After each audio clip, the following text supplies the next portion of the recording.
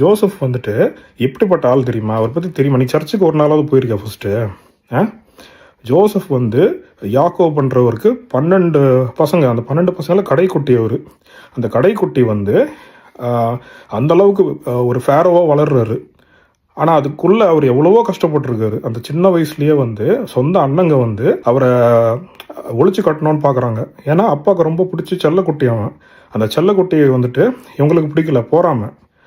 அதனால வந்து அவனை ஒரு அடிமையாக வித்துடுறாங்க. அப்படி இருக்கிறப்போ ஒரு சுச்சுவேஷனில் வந்து அவன் போட்டிஃபர் அப்படின்ற ஒரு ஆள்கிட்ட வேலை பார்க்குறான்.